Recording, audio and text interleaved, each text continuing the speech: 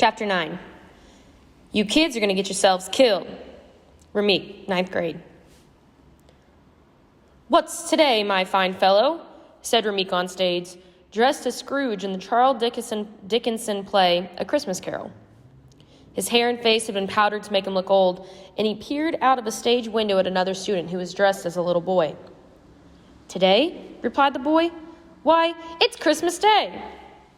Ramik beamed, told the boy in his best old man stage voice to go and buy a turkey and deliver it, then danced around on the stage because he had been allowed to live after his visit with the spirits of Christmas past, present, and future. Ramik could feel the pleasure in the audience as mean old Scrooge was once again transformed. He knew he had the crowd under his spell. The play rolled to its conclusion, and Ramik shouted in a booming voice, "As Tiny Tim has said many times, God bless us, everyone!" Everyone watching exploded in applause, and the curtain came down.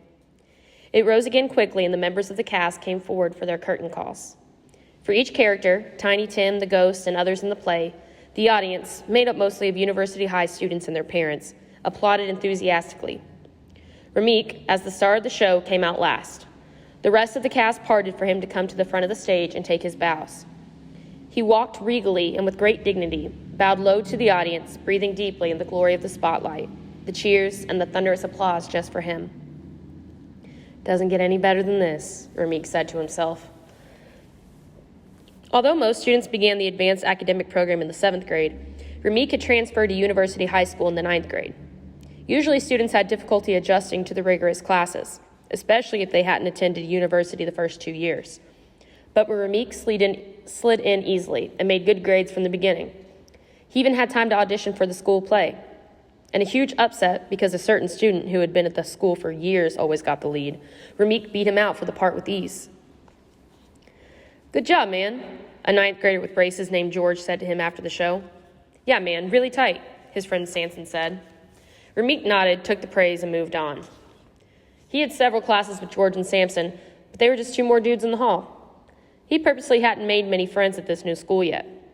Ramik hadn't wanted to leave his friends in his old neighborhood to come to this school, but he liked the advanced math and science programs it offered, and he breezed through his classes with ease. So every day, as soon as school was out, he headed back to his old neighborhood to hang with his boys.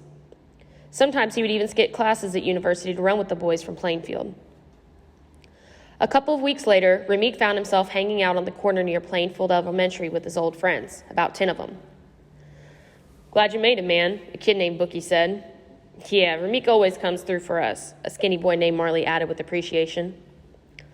What are we going to do today? Bookie asked. Sean, who had just done time in juvenile detention, as had Marley, said with bravado, "We going down to Arlington Avenue and whip somebody's butt." Nobody asked why. It might have had something to do with the comment one of the Arlington boys had made earlier. It didn't really matter. They didn't need much reason to fight. Ramik and the others put their hands in their pockets and sauntered down the sidewalks of Plainfield, looking for trouble, looking for somebody to beat up. When they got to the bus stop, several of the Arlington street boys yelled at them from cars driven by older kids, perhaps their older brothers. Ramik and his boys shouted back. Finally, Ramik said, "You think you so bad, why don't you get out of them cars and do something?" The Arlington street kids, about 10 of them, jumped out of their cars and proceeded to punch and roll with Ramik and the Plainfield boys. Everybody squared off with one person, and the brawl began. One kid, a big guy with missing teeth, threw a punch at Ramik, who ducked, then darted back up, swung hard, and popped the kid in the face. The boy fell to the ground, another tooth dangling from his already broken mouth. He jumped up then, anger and fire in his eyes, and began to chase Ramik and his friends. Just then, the city bus lumbered to the stop, and the door opened. Ramik and his friends, anxious to get away in a hurry, jumped on the bus. It pulled away in a hiss of exhaust fumes. "Whew, that was close," Ramik said, rubbing his fist. Punching that kid in the mouth had cut and bruised the back of his hand. "It ain't over yet," Marley said. "They get in their cars and chasing the bus." Ramik peered out of the bus window. Sure enough, the Arlington boys, looking angry enough to kill, were speeding behind the bus, which was pulling up to its next stop. Bookie ran to the front of the bus and begged the bus driver, "Man, you can't let them kids on the bus. They're going to kill us." The bus driver, angry that these kids had considered to be hoodlums, were using his bus as part of their fight, retorted, "I'm not allowed to refuse anyone a ride on this bus. You kids take your fights and your foolishness elsewhere. You're endangering hardworking folks who just want to get home from work. The bus lumbered to a stop. The door opened. The kid that Ramik had punched in the mouth was the first aboard. He waved a $50 bill. "This is for me and my 15 buddies," he said defiantly to the bus driver. The driver looked at what was becoming a dangerous situation and said, "I don't have change for a 50, son." The boy just said, "Keep the change. I don't want to ride your bus anyways. I want these punks you got riding on it." He grabbed Marley and tried to pull him off the bus, but Marley held on as tight as he could to the bus pole. Ramik and Bookie and the others pulled Marley's legs and got him back. The Arlington boys jumped off the bus then, and the bus sped off. Ramik and the others sat quietly, trying to catch their breath and wondering what would happen when the bus reached the end of the line.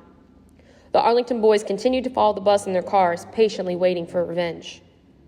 By the time it reached the end of the line, no one was left on the bus except for Ramik and his friends. The Arlington boys were still right behind them.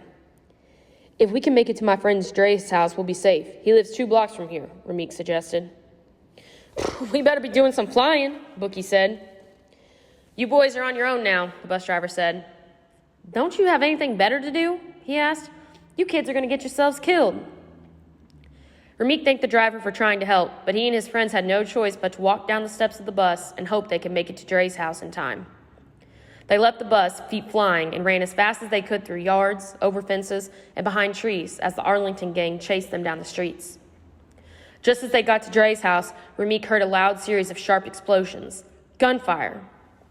He and his friends rolled to the porch and huddled in the corner. The Arlington boys, screaming obscenities, sped away in their cars. Sitting up slowly, Ramik could clearly see several bullet holes in the wood of the front porch. He breathed deeply, immensely relieved that he would live another day. He wondered where his life was heading and how he could manage to escape what seemed to be an increasingly downward spiral. He had no answers. People often say you can pick your friends, but you can't pick your family. I beg to differ, at least in the community where I grew up. There, it was very difficult to pick your friends as well. We forged bonds with those who lived around us. We had no other choice. Unfortunately, there was a lot of negative peer pressure in my neighborhood, so much so that it became the norm to do the wrong thing instead of the right thing. It was what your peers expected of you. If you didn't conform, you might be labeled not cool. When I was a teenager, I often found myself getting involved in dangerous and foolish activities, just so I'd fit in with those around me. I did a lot of things my gut told me I shouldn't do, things I really didn't want to do. That's why I think it's important to talk about these issues. Getting good grades and staying out of trouble are really cool and really, really smart. It also makes you a leader, and that's cool too. Take it from me. I know. Why? Because I was a follower. Most of my friends were as well. It wasn't until I met Sam and George that I knew what positive peer pressure was all about. It took me some time to get it together, but when I did, it was the most wonderful feeling ever. For the first time, I truly felt like a leader.